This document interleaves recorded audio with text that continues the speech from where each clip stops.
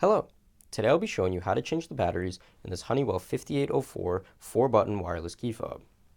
The tools we'll need for the job is one small-sized Phillips head and flathead screwdriver, as well as two CR 2025 batteries, which can be acquired at any local hardware store.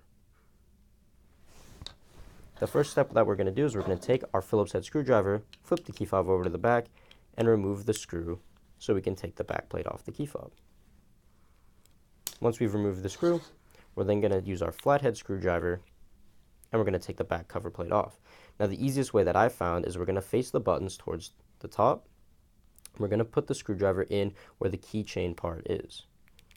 And once we press in here and we slide upwards, the key fob should just pop open. Here we can then locate our batteries, which we will then also remove using our flathead screwdriver, like so. So we're just putting it into the side, this little gap, and we're prying upwards.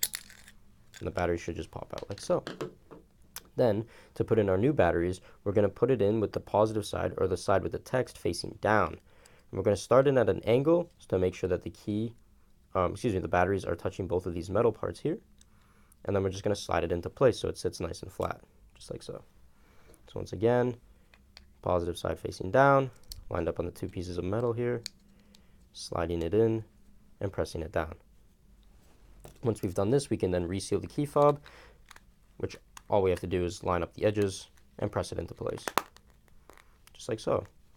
Once everything is secured again, we're then going to use our Phillips head screwdriver, and we're going to rescrew in the back plate,